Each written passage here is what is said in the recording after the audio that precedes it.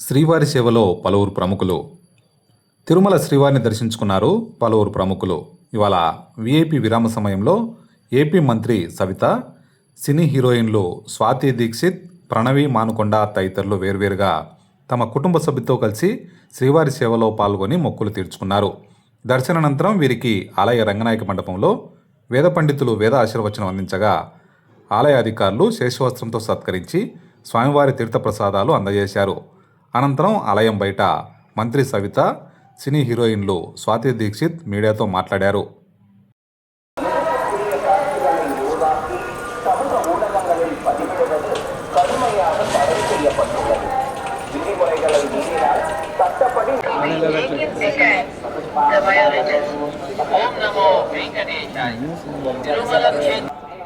పట్టుకోవాలా? Okay. Hi అండి, నా పేరు స్వాతి దీక్షిత్. శ్రీవారి దర్శనం రెగ్యులర్గా నేను వస్తూ ఉంటాను, అంటే ఇయర్లీ వన్స్ ఆర్ ట్వైస్ అయితే వస్తాను స్కెడ్యూల్ని బట్టి. బట్ లాస్ట్ మంత్ వచ్చాను అండ్ వెంటనే డిసెంబర్లో, అది కూడా ధనుర్మాసం స్టార్ట్ అయిన వెంటనే వచ్చాను. నాకు చాలా హ్యాపీగా ఉంది.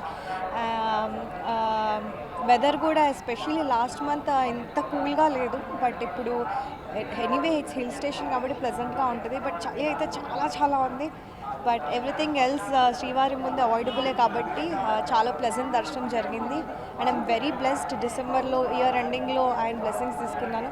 సో మళ్ళీ పిలిస్తే జాన్లో కూడా ఆయన బ్లెస్సింగ్స్ తీసుకోవడానికి రావాలని అనుకుంటున్నాను. అందరికీ నా అలాగే మంచి దర్శనం జరగాలని కోరుకుంటున్నాను. Thank you.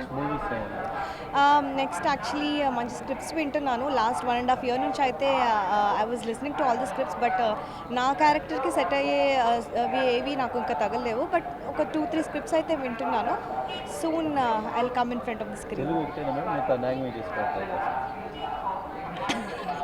చాలండి ప్లీజ్.